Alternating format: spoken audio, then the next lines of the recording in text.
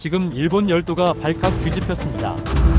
바다에서는 단 한 척도 잃지 않고 일본군 70여 척을 초토화한 장군이 등장했기 때문입니다. 세계 최강이라고 자부하던 일본 수군이 왜 조선의 한 장군 앞에서 이렇게 무너져 내린 걸까요? 처음 보는 철갑성 거북선의 돌진.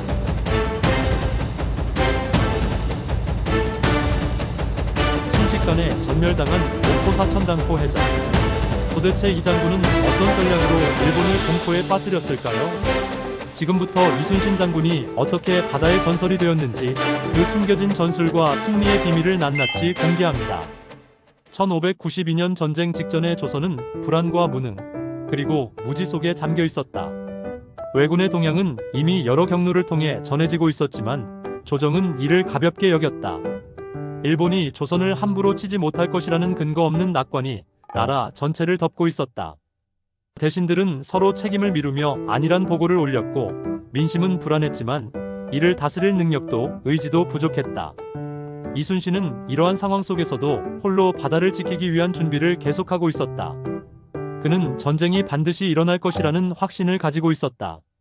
언제, 어디서, 어떤 방식으로 적이 움직일지는 알 수 없었지만 침략은 더 이상 피할 수 없는 현실이 될 것이라고 보았다. 그는 해안 경비를 강화하고 병사들의 훈련을 늘리고 오래된 전선을 수리하는 데 힘을 쏟았다. 다른 이들이 볼 때 이러한 대비는 지나친 걱정으로 보일 수도 있었다. 그러나 그는 누구보다도 전쟁의 냉혹함을 잘 알고 있었다. 이순신은 장수이기 전에 백성을 지켜야 하는 자였다. 그는 조용히 바다의 바람을 느끼며 전선을 점검할 때마다 전쟁이 가까워지고 있음을 감지했다. 병사들의 손에는 굳은 살이 배기고 갑판 위에서는 땀과 기름이 섞인 냄새가 떠돌았다. 하지만 조정에서는 이 모든 노력이 과하다고 생각했다. 이순신의 보고는 종종 무시되었고 어떤 대신들은 오히려 그를 경계했다. 불필요한 경비를 늘리고 지나친 긴장감을 퍼뜨린다는 비난을 하는 이들도 있었다. 그러나 그는 흔들리지 않았다. 장군에게는 칭찬과 비난이 전쟁을 대신해주지 않는다. 오직 준비된 힘만이 나라를 살릴 수 있다. 이순신은 병사들과 함께 직접 노를 잡고 전선을 몰며 바다를 읽었다. 파도의 높이, 조류의 방향, 바람의 흐름을 그는 몸으로 익혔다. 그가 지키는 바다는 단순한 해역이 아니라 조선의 생명이 달린 최후의 방어선이었다. 백성들은 왜군의 동향에 불안해했지만 조정은 이를 애써 축소하거나 무시했다. 강한 분노와 답답함이 이순신의 마음 깊은 곳에서 피어올랐지만 그는 감정에 휘둘리지 않고 조용히 준비를 이어갔다. 나라가 한 명의 장군에게 의지해야 하는 현실이 뼈아프긴 했지만 그는 이 책임을 결코 회피하지 않을 것이었다. 어느 날 그는 해질녘 바다를 바라보았다. 수평선 너머에 고요한 어둠이 깔리고 있었지만 그 어둠이 곧 피비린내 나는 전쟁으로 뒤바뀔 것이라는 것을 그는 알고 있었다. 전쟁은 조선이 원한 것이 아니지만 피할 수도 없는 운명이었다. 병사들은 그를 믿고 따랐다. 이순신은 말보다 행동으로 그 신뢰에 응답했다. 그는 늘 병사들보다 먼저 일어나고 더 늦게 잠들었다. 전술 연구와 병기 점검을 쉬지 않았고 거북선 제작도 그의 감독 아래 비밀스럽게 진행되고 있었다. 언젠가 몰아칠 전쟁의 폭풍을 견디기 위해서였다. 조정의 무능과 불신 속에서도 이순신의 일상은 한치의 흐트러짐 없이 이어졌다. 그래서 그의 일상은 평범해 보이지만 사실은 전쟁의 시작을 대비한 폭풍전의 고요였다. 그 고요 속에서 그는 언젠가 찾아올 사명과 운명을 받아들일 준비를 끝내고 있었다. 그는 아직 영웅이 아니었다. 그러나 그가 만들어가는 하루하루는 조선의 미래를 지키기 위한 보이지 않는 투쟁이었다. 아직 아무도 모르는 영웅의 서막이 이 고요한 일상 속에서 천천히 열리고 있었다. 그날 마침내 두려워하던 소식이 들려왔다. 일본군이 부산포에 상륙했다는 보고였다. 불길했던 예감은 현실이 되었고 조선은 전쟁의 소용돌이 속으로 급격히 빨려 들어갔다. 조정은 뒤늦게 혼란에 빠졌고 각 지방에 긴급 명령이 떨어졌다. 하지만 대부분의 지방군은 제대로 준비되어 있지 않았고 경상 지역은 이미 속수무책으로 무너지고 있었다. 이순신이 받게 된 첫 명령은 단순했다. 바다에서 적을 저지하라. 그 명령은 조정의 판단이 아니라 절박함이 만들어낸 명령이었다. 이순신은 명령을 받는 순간 이미 결심이 서 있었다. 더는 미룰 수 없었다. 그의 가슴 속에서 묵직한 책임감이 자리 잡았다. 나라의 운명이 바다에 달려있다는 사실을 누구보다도 깊이 느끼고 있었기 때문이다. 그는 즉시 함대 정비에 들어갔다. 노군의 자세를 바로잡고 포수들에게는 발사 간격을 줄이도록 훈련을 강화했다. 전선의 마룻바닥 하나, 돛줄 한 가닥까지 모두 점검하며 작은 실수 하나도 용납하지 않았다. 일본군의 기동력은 이미 유명했다. 빠른 움직임, 날카로운 검술, 다수의 병력이 파도처럼 밀고 들어온다는 소문이 무수히 알려져 있었다. 그들을 상대하기 위해서는 빈틈없는 준비가 필요했다. 병사들은 긴장했지만 이순신이 갑판 위에 서 있는 순간 모두의 시선이 그에게 집중되었다. 그의 눈빛은 흔들리지 않았다. 두려움은 인간이 가진 자연스러운 감정이지만 장군은 그 두려움을 다스려 병사들의 용기로 바꾸어야 했다. 이순신은 전투 준비에 앞서 병사들을 모아 조용한 목소리로 말했다. 우리가 지키지 않으면 이 땅의 백성은 아무도 우리를 대신해 지켜주지 않는다. 이 바다를 버리면 나라가 무너진다. 그 말은 길지도 화려하지도 않았다. 그러나 병사들의 마음을 깊이 울렸고 그들의 눈빛은 다시 살아났다. 전투 전날 밤 그는 홀로 전술도를 펼쳐놓고 작전을 정리했다. 일본군의 침략 경로, 바람 방향, 조류의 흐름, 해협의 지형까지 하나하나 계산했다. 그는 그동안 축적해온 모든 전략 지식을 총동원하고 있었다. 전쟁의 첫 승패는 바다에서 결정될 것이다. 이순신은 자신이 감당해야 할 무게를 알고 있었지만 그 무게에 짓눌리지 않았다. 그는 오히려 이 순간을 위해 살아온 것처럼 차분했다. 이때부터 그의 내면엔 하나의 확고한 목소리가 울리고 있었다. 지금 나서지 않는다면 조선은 끝난다. 이순신은 새벽이 밝아오자마자 출전을 명령했다. 전선 하나하나가 바다로 미끄러져 나가며 물결을 가르고 돛이 바람을 채우기 시작했다. 병사들은 긴장 속에서도 준비된 손놀림으로 장비를 점검했다. 그들의 몸에는 두려움과 결의가 동시에 흐르고 있었다. 그 순간 이순신은 자신의 운명이 본격적으로 시작되었다는 것을 깨달았다. 더 이상 훈련의 시간은 없었다. 더 이상 예측만 하던 시기는 끝났다. 이제 그는 조선의 바다를 지킬 의무와 사명을 짊어지고 전쟁의 중심으로 들어가고 있었다. 모험의 부름은 명령이 아니라 선택이었다. 그리고 그는 주저없이 그 부름을 받아들였다. 전쟁은 이미 시작되었다. 이제 이순신의 시대가 열리고 있었다. 적의 침략 소식이 전국에 퍼진 직후 이순신은 마음속 깊은 곳에서 묵직한 무게를 느끼고 있었다. 조선 수군의 운명을 자신이 짊어져야 한다는 현실은 그를 조금도 흔들지 않았지만 첫 전투에서 패할 경우 조선 전체가 무너질 수 있다는 사실이 그의 가슴을 짓누르고 있었다. 전쟁의 첫 승패는 단순한 전투 하나가 아니었다. 조선 백성의 생존을 결정짓는 승부였다. 이순신은 병사들이 잠든 깊은 밤 홀로 갑판 위를 걸으며 전술도를 다시 펼쳤다. 그는 끊임없이 스스로에게 물었다. 과연 지금 이 병력과 장비로 일본군을 상대할 수 있을까? 내가 내린 결단이 과연 옳은 것인가? 이러한 의문은 오만함을 막는 방패이기도 했지만 동시에 장군에게 자연스럽게 생기는 두려움이기도 했다. 그는 실패했을 때의 결과를 누구보다도 잘 알고 있었다. 호남으로 이어지는 보급로가 끊기면 조선은 육지에서도 버티기 어려울 것이고 수군이 무너지면 전쟁 전체가 패배로 이어질 가능성이 컸다. 조정은 이순신을 온전히 신뢰하지 않았다. 대신들은 그의 보고를 의심했고 어떤 이들은 그가 지나치게 경계한다고 비난했다. 이런 분위기 속에서 그는 외로운 싸움을 이어가야 했다. 장군이라 해도 인간이기에 외로움과 두려움은 피할 수 없었다. 이순신에게 잠시나마 마음속에 주저함이 스치는 순간이 있었다. 그 누구도 도와주지 않는 상황, 충분한 지원도 없는 현실, 준비가 완벽하지 못하다는 자책감이 그의 마음을 조용히 두드렸다. 하지만 그는 곧 스스로 경계를 낮추지 말아야 한다고 다짐했다. 두려움이 결정을 흔들게 하면 병사들이 위험해지기 때문이다. 병사들은 그를 믿고 따르고 있었다. 그 믿음을 지키기 위해선 흔들림 없는 모습을 보여야 했다. 그는 조용히 하늘을 바라보며 스스로에게 말했다. 나는 한나라의 장수다. 두려움에 머물러 있을 시간이 없다. 그러고 나서 그는 거북선 제작장을 다시 찾았다. 목수들은 밤새 불을 밝히고 선체의 단단함을 점검하고 있었다. 거북선의 철갑은 일본군에게 공포를 안겨줄 결정적 무기가 될 것이었다.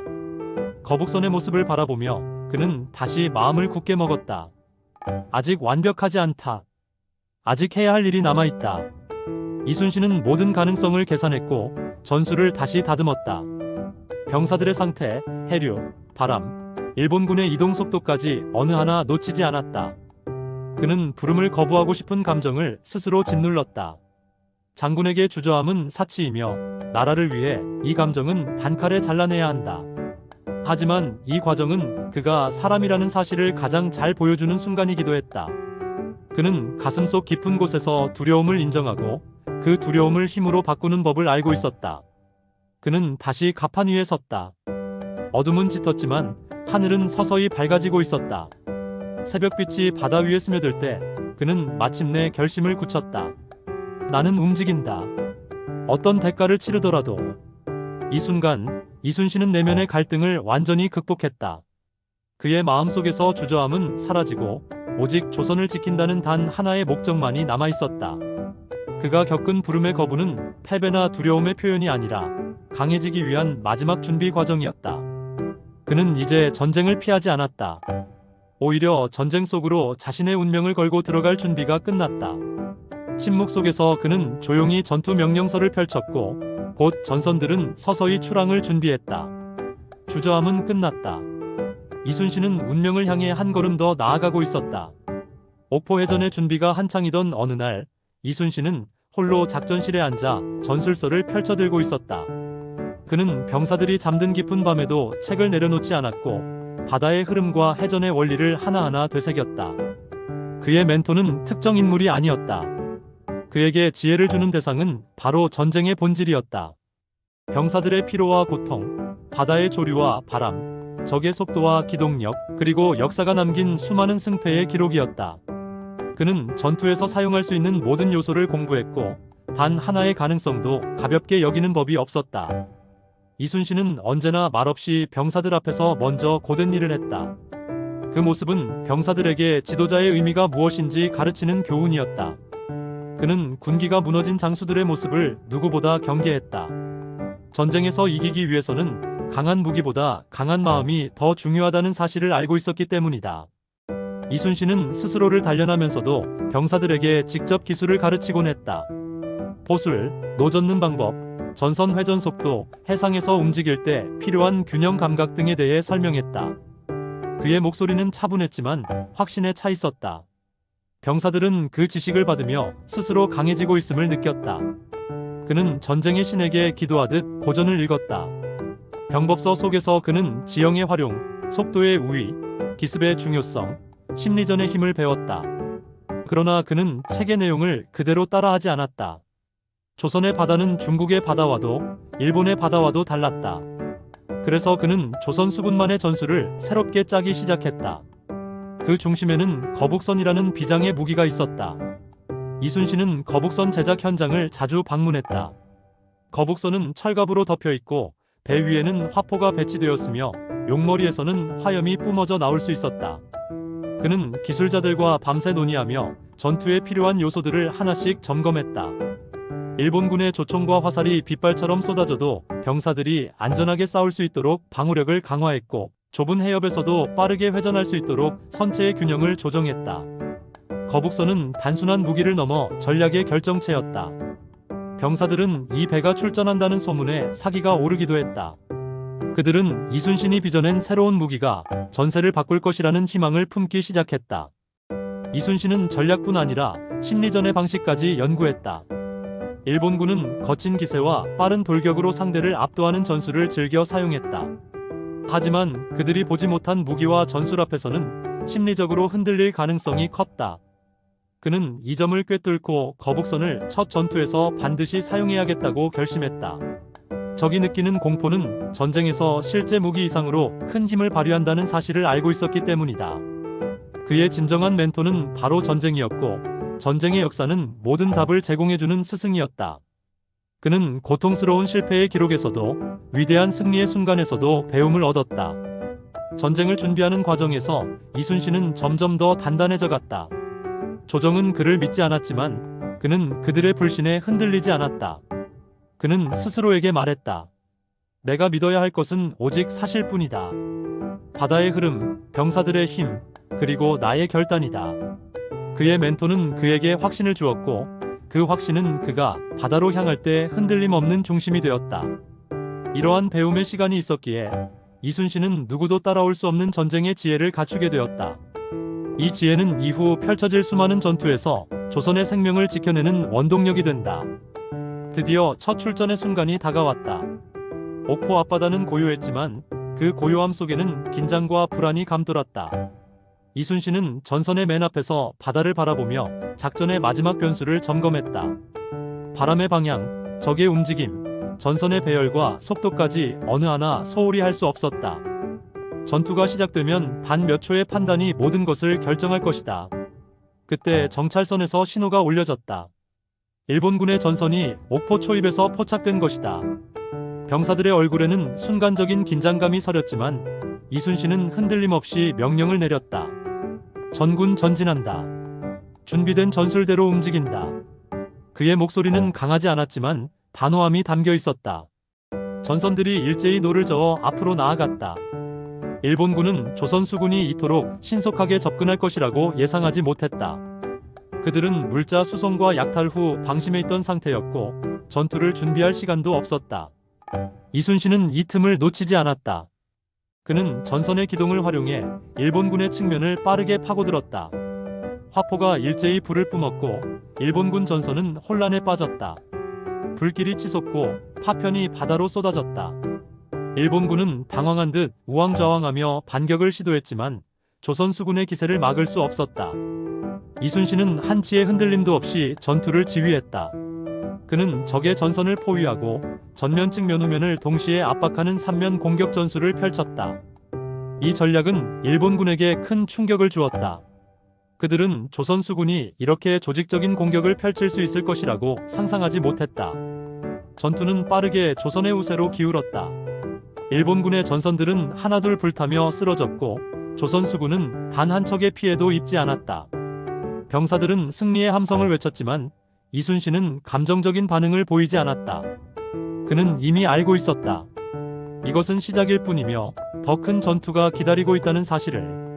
옥포의 승리는 조선 수군에게 첫 관문을 통과한 의미였다. 조선은 이제 다시 일어설 희망을 찾았다.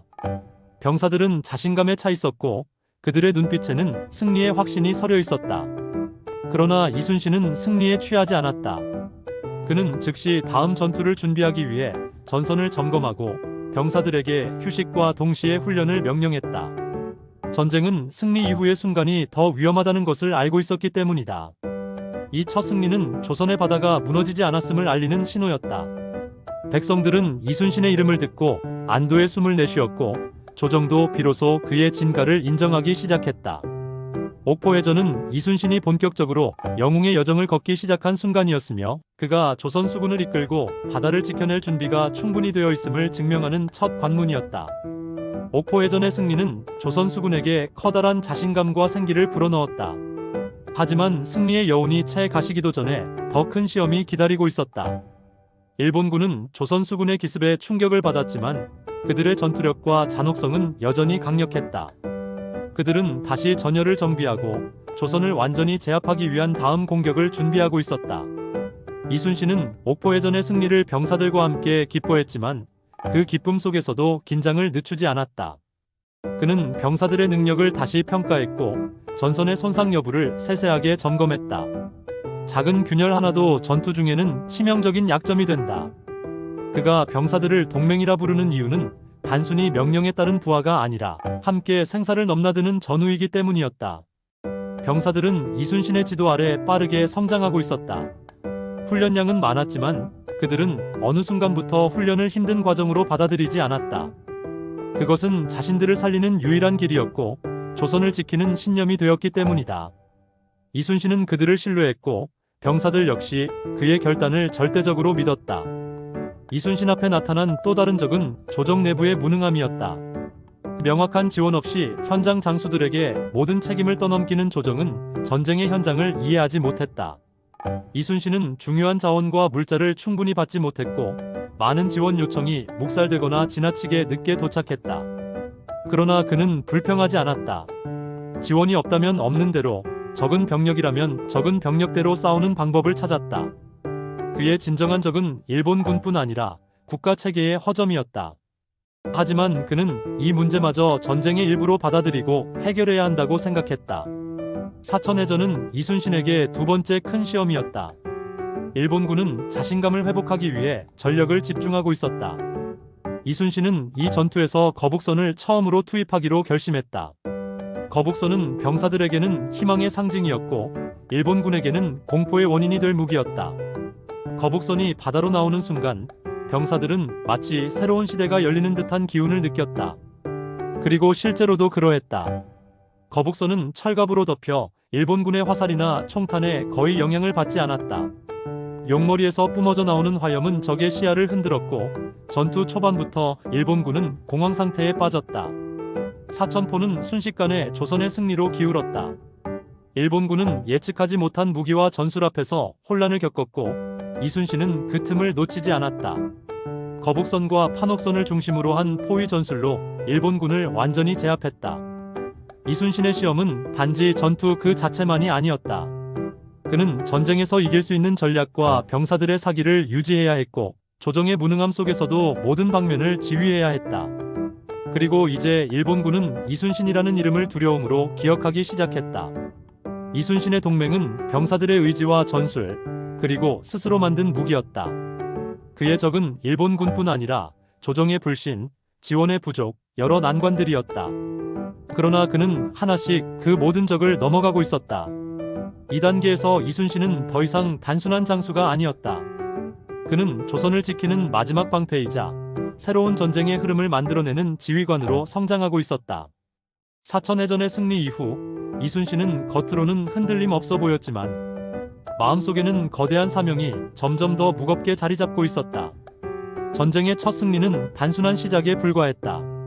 일본군은 한 번 패했다고 흔들릴 상대가 아니었다. 그들은 더 많은 병력을 투입하고 더 치밀한 전략을 준비할 것이 분명했다. 이순신은 밤마다 지도와 전술도를 펼쳐놓고 다음 전투를 구상했다. 그는 단순히 전투에서 이기는 것이 목표가 아니라 조선 전체의 전쟁 구도를 뒤집어야 한다고 판단했다. 이 과정에서 그는 자신의 내면과 마주해야 했다. 전쟁은 병사들의 피로 치러지는 현실이며 이 길을 선택한 장군은 그 피의 무게를 감당해야 한다. 그는 늘 조용히 혼자만의 시간을 가졌다. 어둠이 내려앉은 진중에서 바람 소리만 들리는 갑판 위에 서서 그는 바다의 냄새를 맡았다. 파도는 조용히 일렁이고 있었지만 그 아래에는 언제 터질지 모르는 거대한 전쟁의 충돌이 숨어 있었다. 바다는 진실만을 말한다. 바다는 숨김이 없고 약점이 드러나며 준비하지 않은 자에게는 가차 없다.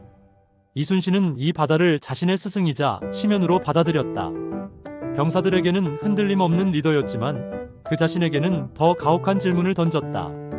나는 지금의 승리에 안주하고 있는 것은 아닌가? 다음 전투에서 참패한다면 조선의 바다는 끝이 난다. 나는 과연 더 강한 적을 상대할 준비가 되어 있는가? 시면의 순간은 영웅에게 반드시 찾아오는 시련의 전조였다. 이순신은 자신이 감당해야 할 무게와 싸워야 했다. 그 무게는 너무도 크고 막중했지만 그는 도망칠 수 없었다. 그는 사명의 본질을 다시 정의하기 시작했다. 전쟁의 승패는 단 한 번의 결전으로 끝나지 않는다. 수십 번의 충돌과 수백 번의 선택, 그 모두가 역사의 흐름을 바꾼다. 그는 이 싸움의 끝을 바라보았다. 단순히 눈앞의 적을 무찌르는 것을 넘어 조선이라는 나라를 다시 일으키고 백성들이 다시 평화를 누릴 수 있는 미래를 그려야 했다. 그는 병사들과의 관계도 다시 돌아보았다. 그들이 단순한 부하가 아니라 함께 전쟁을 건너야 하는 동지라는 사실을 깊이 인식하고 있었다. 병사들도 지치고 두려웠다. 그러나 그들은 이순신의 한마디에 다시 힘을 얻었다. 그 신뢰는 단순한 존경이 아니라 생존을 걸고 만들어진 결속이었다. 시면으로 다가갈수록 그는 자신의 사명을 되묻고 또 되물었다. 그러나 그 질문이 깊어질수록 그의 결의도 더 단단해졌다. 그는 거북선을 바라보며 조용히 손으로 선체를 쓰다듬었다. 철갑 너머로 만져지는 냉기 속에서 그는 전쟁의 냉혹한 현실을 느꼈다. 그러나 그 차가움 속에서 그는 또 다른 강함을 얻었다. 전쟁은 반드시 끝난다. 그러나 끝날 때 어떤 나라가 남을지는 지금의 선택에 달려있다. 그는 심연의 끝에서 한 가지 확신을 얻었다. 조선의 바다는 반드시 지켜야 한다는 것이다. 그것은 명령이 아니라 사명이며 숙명의 길이었다. 그 심연에 스스로 뛰어든 그는 마침내 진정한 영웅의 문턱에 다가서고 있었다. 사천해전은 조선 수군에게 두 번째 승리를 안겨주었지만 이순신에게는 깊은 상처와 시련도 함께 남겼다. 일본군의 저항은 예상보다 거세었고 전투 중에는 언제라도 목숨을 잃을 수 있는 위기가 여러 번 찾아왔다. 병사들 중 몇 명은 부상을 입었고 전투가 끝난 뒤에도 그들의 신음이 밤새 진중을 울렸다. 성공 뒤에 남겨진 고통은 전쟁의 본질을 잊게 하지 않았다. 이순신은 전투가 끝난 밤 홀로 전선 위에 서 있었다. 거북선의 용머리에서는 아직도 전투의 냄새가 가시지 않았다. 바다에는 포연이 섞인 짙은 연기가 떠돌았고 먼 곳에서는 적의 배가 불타며 가라앉는 잔해가 물결 따라 흔들리고 있었다.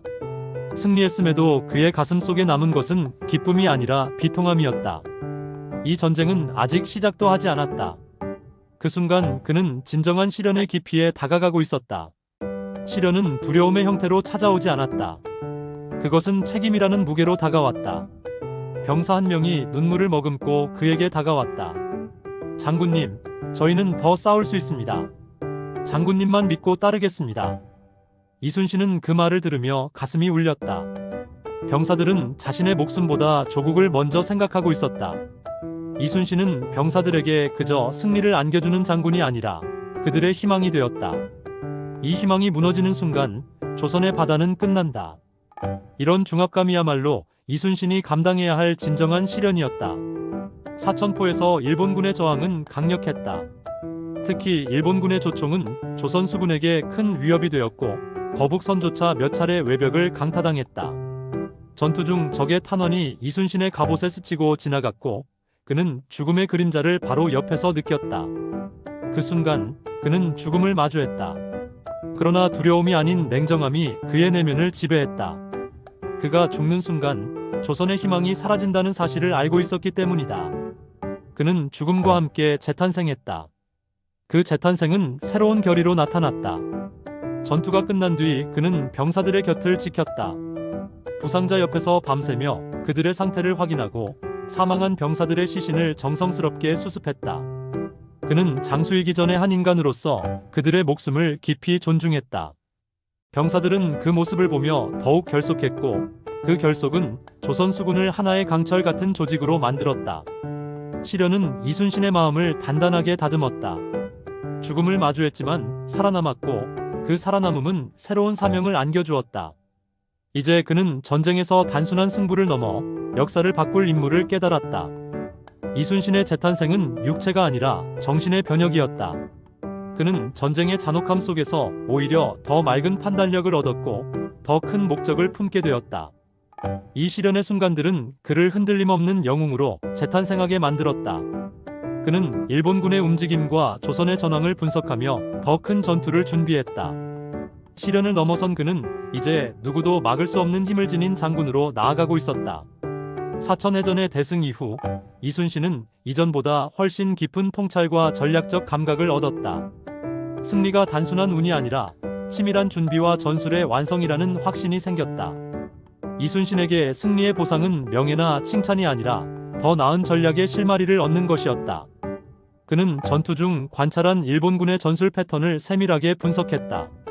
일본군은 빠른 기동을 중시하고 근접전과 기습전술에 강점을 두고 있었다. 반면 조선 수군은 화포 중심의 원거리 전투가 핵심이었고 거북선과 판옥선의 구조가 이를 뒷받침하고 있었다. 이순신은 이 구조적 차이를 활용해 일본군을 압도할 방법을 찾았다. 그가 얻은 보상의 핵심은 조선 수군만의 전술 체계가 확립되었다는 점이었다. 그는 회전격투, 일제사격, 협공 전술을 체계화하며 이를 병사들에게 반복적으로 훈련시켰다.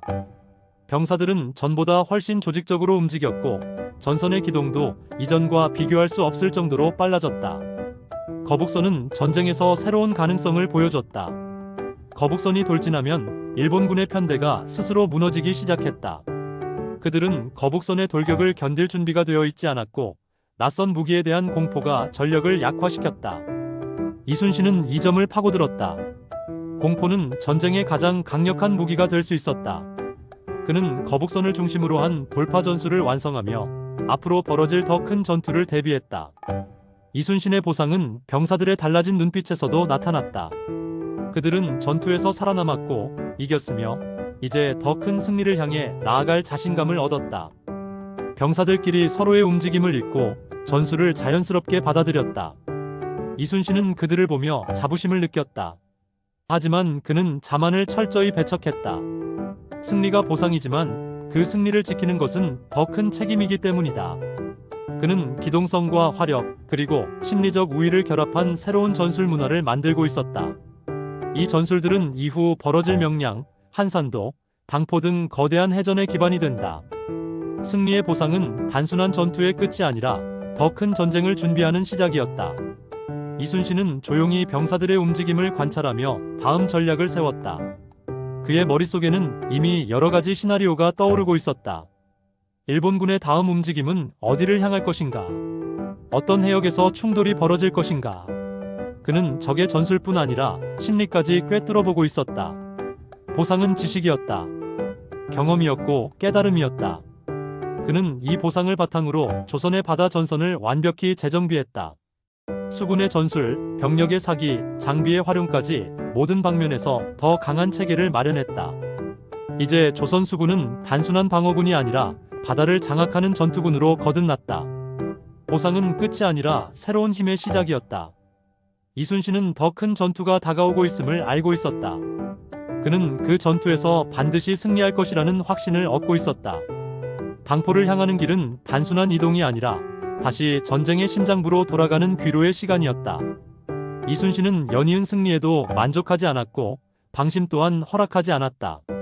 그는 병사들의 상태를 살피며 피로가 누적된 이들이 전투에서 실수하지 않도록 세심하게 배려했다. 이순신은 병사들을 가장 강하게 만드는 것은 쉬지 않는 훈련이 아니라 그들을 존중하는 마음이라는 사실을 알고 있었다. 그는 전투 준비와 병사들의 회복을 동시에 챙겼다. 병사들은 장군의 진심을 알고 있었고 그래서 더 강해졌다. 귀로의 시간은 또한 전략을 재정비하는 중요한 과정이기도 했다. 이순신은 전투의 경험을 바탕으로 일본군의 반응을 예측했다. 일본군은 조선 수군과의 정면 충돌을 피하려 할 것이며 해안을 따라 빠르게 이동하며 새로운 교두보를 만들 가능성이 있었다. 그는 이러한 움직임을 차단하기 위해 당포해전이 결정적인 역할을 할 것이라고 판단했다. 당포는 일본군이 조선을 장악하기 위한 전략적 요충지였다. 이곳을 지키지 못하면 조선의 해상 주도권은 흔들릴 수밖에 없었다. 이순신은 당포로 향하며 여러 차례 회의를 거쳤다. 장수들과 함께 해안선과 해류를 분석했고 바람의 세기와 방향, 일본군 전선의 기동 패턴을 면밀히 검토했다. 그는 그 어떤 변수도 그냥 넘기지 않았다. 귀로는 단순한 복귀가 아니라 전쟁의 변곡점을 향해 가는 준비의 시간이었다. 병사들도 이 사실을 알고 있었다. 그들은 자신들이 이순신과 함께 조선의 운명을 짊어지고 있다는 사실을 이해했다. 병사들은 장비를 정비하고 갑판을 닫고 무기를 점검하며 조용히 전투를 준비했다. 그들의 표정에는 두려움과 기대가 동시에 흐르고 있었다. 귀로의 길에서 이순신은 과거를 돌아보았다. 이름 없는 한 장군이었던 자신이 이제 조선을 지키는 최후의 방패가 되었다는 사실을 깨달았다. 그러나 그는 명예에 흔들리지 않았다. 그는 언제나 조용했고 언제나 절제된 태도를 지켰다. 그가 가장 경계한 것은 전투에서 얻은 자만심이었다. 그는 스스로에게 수없이 되물었다. 지금 이 길이 올바른가? 나는 정말로 조선을 지킬 수 있는가? 이 질문에 대한 답을 찾기 위해 그는 다시 전술서와 기록을 펼쳐들었다. 바다를 지배하는 자가 전쟁을 지배한다는 결론에 이르렀고 그 결론은 당포해전의 필요성을 더욱 확고하게 만들었다. 귀로의 마지막 순간 그는 병사들에게 조용히 말했다. 우리는 다시 나아간다. 이 바다를 지키기 위해. 병사들은 그 말에 힘을 얻었고 당포를 향한 발걸음은 흔들림 없이 이어졌다. 귀로는 단순한 이동이 아니라 결전을 앞둔 준비의 시간이었다. 이순신은 조선의 미래가 걸린 전투를 눈앞에 두고 있었다. 당포해전은 이순신의 영웅 여정에서 가장 중요한 전환점이었다. 이 전투는 단순한 승리가 아니라 일본군이 조선을 더 이상 가볍게 볼 수 없음을 각인시키는 역사적 순간이었다. 전투가 시작되기 전 이순신은 전선 위에 서서 바다의 흐름을 살폈다. 바람의 방향은 조선 수군의 화포 공격에 유리하게 불고 있었고 해류 또한 일본군의 기동을 방해할 가능성이 컸다. 그는 이 모든 자연의 조건이 조선을 돕고 있다고 느꼈다. 전투의 시작을 알리는 신호가 울리자 조선 수군은 일제히 전진했고 일본군의 전선은 순식간에 방어 태세를 갖추려 했지만 이미 늦어 있었다. 조선 수군의 화포는 정확하게 일본군 전선의 중심을 타격했다. 일본군은 이 기습적인 화력에 큰 혼란을 겪었고 이후 거북선의 돌파가 시작되었다. 거북선의 철갑 외벽은 일본군의 공격을 거의 막아냈고 용머리에서 나오는 화염은 일본군의 사기를 무너뜨렸다. 일본군은 공포에 빠졌고 이순신은 이 틈을 놓치지 않았다. 그는 삼면 공격 전술을 활용해 일본군의 후방을 차단하고 전선을 포위했다. 일본군은 다시 전열을 정비하려 했지만 조선 수군의 공격은 끊임없이 이어졌다. 화포와 화살, 노젓는 힘이 하나로 모여 강력한 파도를 만들어냈다. 이순신은 일본군의 모든 움직임을 예측한 듯 정확하게 대응했고 그의 지휘는 완벽했다. 병사들은 장군을 믿고 움직였고 전투는 조선의 압도적인 우위로 흘러갔다. 당포해전의 결정적 순간은 일본군의 지휘선이 파괴되면서 만들어졌다. 일본 장수는 당황했고 나머지 전선들은 혼란 속에 무너지기 시작했다. 조선 수군은 이 순간을 놓치지 않고 일본군의 잔존 세력을 몰아냈다. 바다는 순식간에 조선의 승리로 뒤덮였다. 부활의 순간은 바로 이때였다. 조선 수군은 명실공히 동아시아 최강의 해군으로 부상했다. 이순신의 이름은 이제 일본군에게 공포의 이름이 되었고 조선 백성들에게는 희망의 상징이 되었다. 이순신은 승리를 확인한 뒤에도 결코 감정적인 반응을 보이지 않았다. 그는 조용히 말했다. 전쟁은 끝날 때까지 끝난 것이 아니다. 그는 전쟁의 본질을 이해하고 있었고 조선이 아직 안심할 때가 아니라는 사실을 알고 있었다. 하지만 이 전투는 조선의 미래를 바꾸는 결정적 승리였다. 이순신에게 부활은 단지 승리가 아니라 조선 전체가 다시 살아난다는 뜻이었다. 그가 만든 전략과 병사들의 헌신, 거북선의 존재는 모두 이 순간을 위해 존재했다. 이순신은 이제 단순한 장수가 아니라 역사 속에서 되살아난 영웅 그 자체가 되었다. 당포해전 이후 조선은 전쟁의 흐름을 완전히 바꾸는 전환점을 맞이했다. 연이은 승전 소식은 전국에 퍼졌고 백성들은 다시 희망을 품기 시작했다. 불안과 두려움에 떨던 민심이 이순신이라는 한 사람의 존재로 인해 되살아났다. 그것은 단순한 승리의 기쁨이 아니라 조선이라는 나라가 다시 일어설 수 있다는 믿음이었다. 이순신은 승리 후에도 군기를 단단히 잡았다. 그는 병사들의 자만을 가장 경계했다. 승리는 순간이지만 전쟁은 길고도 험한 과정이기 때문이다. 그는 각 전선과 무기를 다시 점검하고 전술을 다시 정비했다. 병사들에게는 휴식을 주면서도 경각심을 잃지 않도록 생활 군기를 유지했다. 그는 명확히 말했다. 승리는 우리의 것이지만 방심은 적의 것이다. 우리는 적보다 먼저 변해야 한다. 그의 말은 병사들에게 큰 울림을 주었고 그들은 장군의 뜻을 따라 훈련을 더욱 단단히 했다. 조정은 비로소 이순신의 진가를 인정했다. 그동안 조정은 전쟁의 현실을 제대로 이해하지 못했고 이순신의 보고를 가볍게 여겼지만 그의 승리가 이어지자 그를 더 이상 가볍게 볼 수 없었다. 조정의 자세가 달라진 것은 조선의 전쟁 전략 전체가 이순신 중심으로 재편되는 계기가 되었다. 이순신은 전쟁의 영약을 얻었다. 그 영약이란 승리가 아니다. 영약은 전쟁을 이겨낼 수 있는 정신과 조선의 바다를 지키는 원칙이었다. 그는 전쟁이 사람들의 마음을 무너뜨리지 않도록 병사들과 직접 대화했고 각자의 불안과 두려움을 경청했다. 그들의 마음을 다잡아주는 것 또한 장수의 역할이라고 믿었다. 그는 전투에서 얻은 전략적 교훈과 심리전의 원리를 병사들에게 주입하며 조선 수군 전체를 새로운 수준으로 끌어올렸다. 조선은 전쟁을 통해 더 강해지고 있었다. 당포해전의 승리는 단순한 해전 하나의 승리가 아니라 조선 수군 전체가 새로운 군대로 다시 태어나는 계기였다. 이순신의 귀환은 몸뿐 아니라 정신의 귀환이었다. 그는 전쟁 속에서 끝없이 배우고 성장했다. 그의 귀환은 공동체의 변화를 이끌었다. 조선의 바다는 더 이상 적이 유린하는 공간이 아니라 조선이 통제하는 공간으로 바뀌고 있었다. 백성들은 바다가 안전하다는 확신을 갖기 시작했다. 마지막 장면에서 그는 병사들을 바라보며 조용히 말했다. 우리는 앞으로 더 많은 싸움을 겪을 것이다. 그러나 두려워할 필요는 없다. 우리는 이길 수 있는 힘을 가졌다. 이순신의 말은 단순한 위로가 아니라 현실을 이겨낼 수 있는 믿음을 주었다. 그의 영약은 조선을 다시 살렸고 공동체 전체를 움직이게 하는 힘이 되었다. 마지막 내레이션은 이렇게 끝난다. 이순신의 여정은 끝이 아니다. 그는 이제 조선의 운명을 바꿀 전설의 중심으로 걸어가고 있다.